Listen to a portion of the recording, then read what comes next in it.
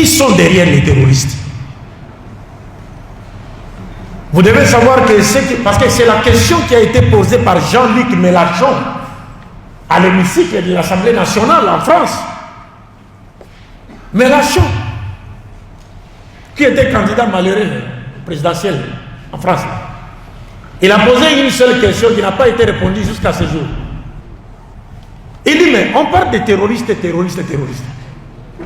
Mais on peut facilement mettre fin à ces fléaux. Il nous suffirait de chercher à connaître qui sont derrière les terroristes, qui financent les terroristes, qui recrutent les terroristes, qui arment les terroristes. Vous pensez que l'Occident, avec tout son arsenal de services de renseignement et des moyens plus que sophistiqués, est incapable de connaître la personne qui finance les terroristes? Est incapable de connaître le pays qui est derrière les terroristes? Non, on connaît. Ici, chez vous, en Bambara, on dit que vous voulez envoyer quelqu'un aller chercher les Guy ou les Peng. Alors que c'est lui qu'on envoie chercher les Peng est même sous son pied. C'est lui qui a piétiné ça. Ça veut dire quoi ça? C'est quoi? On dit quoi à Bambara comment? Vous connaissez l'ordre? Oui, oui. Vous comprenez? Donc, vous appelez un partenaire A pour aller combattre les terroristes. Donc, les peines qu'on cherche. Mais c'est lui qui piétine les peines. Vous allez les voir. Comment est-ce que vous allez en finir? Comment se fait-il que lorsque le partenaire A arrive, ça dit malgré sa présence, ou voire même grâce à sa présence, les terroristes se multiplient et occupent presque 80% du territoire malien.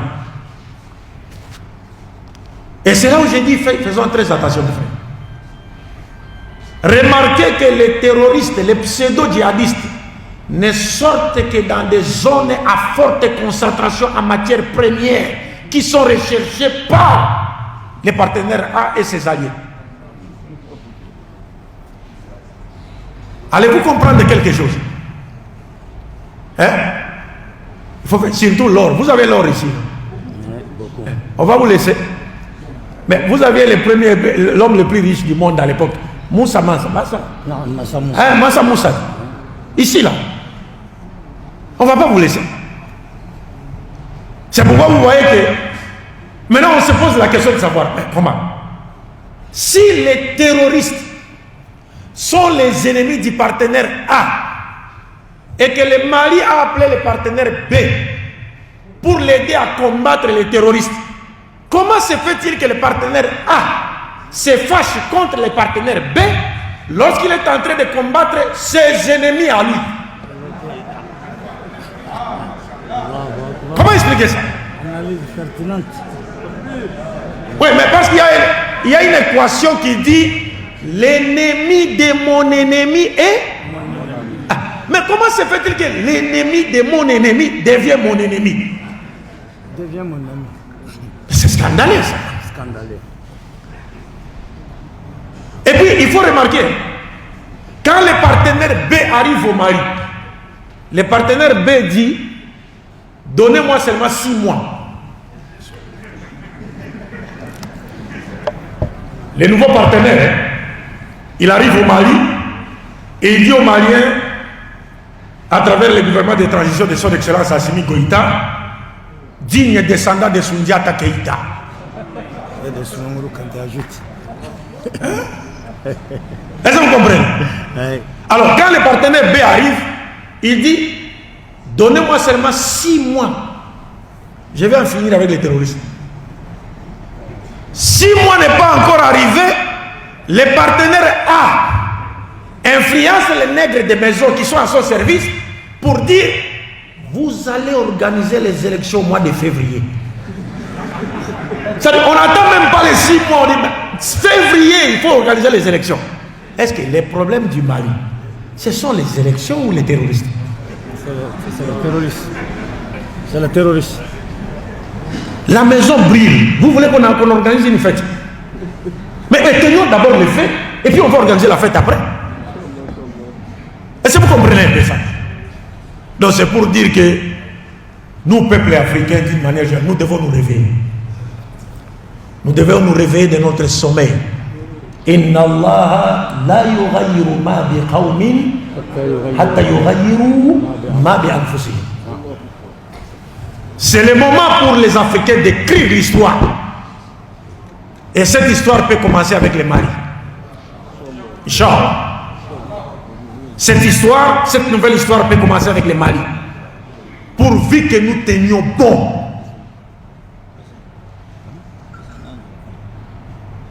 Vous savez, moi, c'est l'imam Idriss peut-être qui va rentrer là-bas.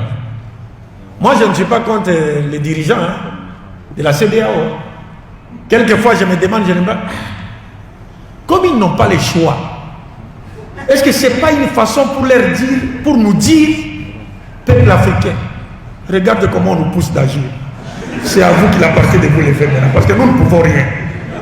Wallah, je me pose cette question-là.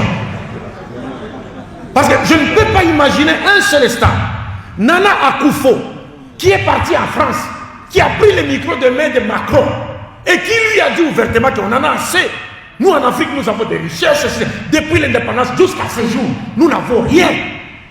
Pourtant, ce n'est pas à vous de nous donner de l'aide, c'est l'Afrique qui devait donner de l'aide aux Européens. C'est ces mêmes Nana Akufo, avec les autres, qui s'entendent pour sanctionner les Mali, frapper les Mali des sanctions qui n'existaient pas dans la charte de la CEDEAO. Comment expliquer ça?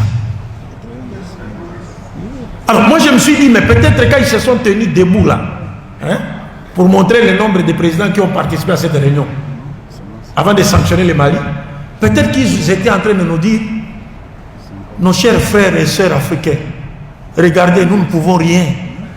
Nous sommes prises, nous sommes comme des esclaves. C'est à vous qu'il appartient de vous lever pour libérer l'Afrique.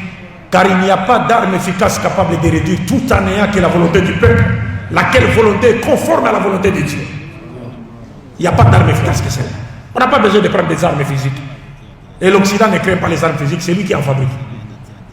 Mais l'Occident crée la révolution, soulèvement populaire motivé par le patriotisme. Justifié par Dieu. Cause juste. Nous pensons que c'est le moment. Il faut que les choses changent. Les mers, les océans sont devenus les tombeaux, les tombes des Africains. Les Africains vont chercher la vie ailleurs, alors qu'ils ont tout chez eux. La première puissance du monde, elle est africaine, l'Égypte antique. Nous sommes assis sur le coltan, cobalt, diamant, or, lithium, tout. Mais nous commandons du pain. Comment expliquer ça? Comment expliquer ça?